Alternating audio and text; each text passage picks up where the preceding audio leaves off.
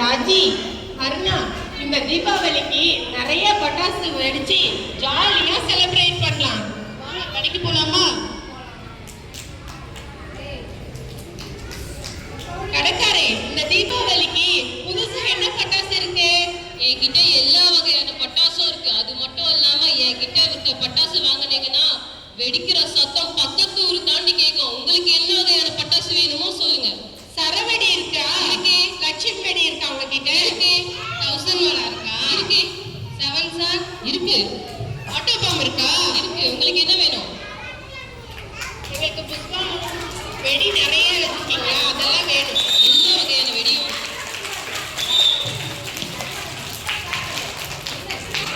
நம்ம இந்த தீபாவளிக்கு நிறைய வெடி மட்டும் வாங்கி வெடிக்கலாமா? சத்தமா வெடிக்கிற வெடியை வாங்குறோம். ஊரே களை கட்டணும். அந்த அளவுக்கான சத்தமான வெடியை நம்ம வாங்கலாம். பசங்களா, ஊரே சத்தமா கேட்கிற அளவுக்கு பட்டாசு வெடிக்கணும்னு மட்டும் நினைக்கிறீங்க. அதனால எவ்வளவு பாதிப்புகள் வந்து தெரியுமா? ஏன் வெடிக்க கூடாது? அப்படி வெடிக்கிறதால ஒலி மாசுபடும். நம்மளை சுத்தி இருக்கிற பறவைகள், மிருகங்கள், விலங்குகள் எல்லாமே என்ன பண்ண ரொம்ப கஷ்டப்படும். வீட்டுல எல்லாம் எவ்வளவு வயசானவங்க இருக்காங்க, குழந்தைகள் எல்லாம் இருக்கா இல்லையா? அதையும் நீங்க யோசிக்கணும். பட்டாசுல சத்தம் வருதுன்னு மட்டும் பாக்குறீங்களே, அதனால ஒலி மாசுபடுது, சுற்றுச்சூழல் பாதிக்குது. இதெல்லாம் உங்களுக்கு தெரியுமா? பசங்களா இங்க வாங்க, இங்க வாங்க.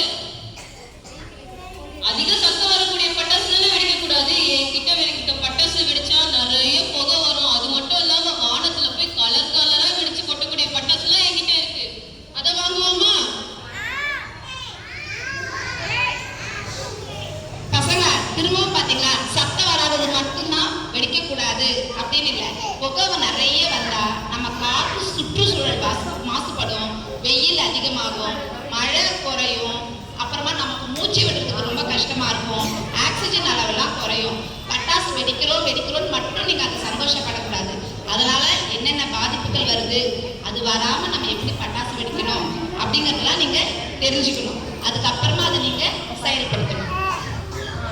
பட்டாசு வெடிக்கிறதுல எவ்வளவு விஷயம் இருக்கா, எங்களுக்கு தெரியாம போச்சு. பசங்க, இப்ப புதுசா கிரீன் கிராக்கர்ஸ்னு ஒன்று வந்திருக்கு, தெரியுமா உங்களுக்கு? தெரியாது.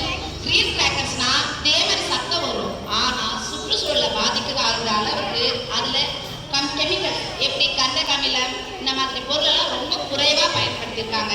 அதனால நம்ம அரசாங்கமே கிரீன் கிராக்கர்ஸை பயன்படுத்தலாம் அப்படின்னு சொல்லிட்டு அனுமதி அளிச்சிருக்காங்க. அதெல்லாம் அவங்க கடையில விற்கணும். அதெல்லாம் நீங்க வெடிச்சு சந்தோஷப்படலாம். ஓ, பட்டாசு வெடிக்கிறதா நாங்க இவ்வளவு நாளா ஜாலியா இருக்கிறது மட்டும்தான் நினைச்சோம். ஆனா இதனால மக்களுக்கு இவ்வளவு பிரச்சனை வருதுங்கிறத இப்பதான் தெரிஞ்சுக்கிட்டோம். இனிமே நாங்களும் பசுமையான கிரீன் கிராக்கர்ஸ் வாங்குறோம். பாதுகாப்பான பட்டாசு வெடிப்போம். சுற்றுச்சூழலை பாதுகாப்போம். பட்டாசுகளை வெடிப்போம், பாதுகாப்பாக வெடிப்போம், நமது சுற்றுச்சூழலை பாதுகாப்போம். குழந்தைகளே, பட்டாசு வெடிக்கும் போது நீங்க உங்களோட வீட்டுல உங்களுக்கு பக்கத்துல ஒரு பக்கெட்ல மணல் வச்சுக்கணும், ஒரு பக்கெட்ல தண்ணி வச்சுக்கணும். முக்கியமா கால்ல ஸ்லிப்பர் போட்டுட்டு தான் பட்டாசு வெடிக்கிற இடத்துக்கு போகணும். ஏன்னா பட்டாசு வெடிக்கும் போது அதுல கல்லுலாம் வரும். அதெல்லாம் இப்ப காலில பட்டாலோ ஏதாவது பண்ணா பெரிய பெரிய புண்ணெல்லாம் வரும். நீங்க பட்டாசு வெடிக்கும் போது பக்கத்துல கண்டிப்பா பெரியவங்க இருக்கணும். நீளமான பெரிய தெரியுமில்லைங்க ஊதுவத்தி, அது மட்டும்தான் பயன்படுத்தணும். ஊதுவத்தி வச்சதுக்கு அப்புறம் ஒரு பட்டாசு வெடிக்கல அப்படிங்கிறதுக்காக நீங்க என்ன பண்ணிடக்கூடாது, கிட்ட ஓடி போய் பார்க்க கூடாது.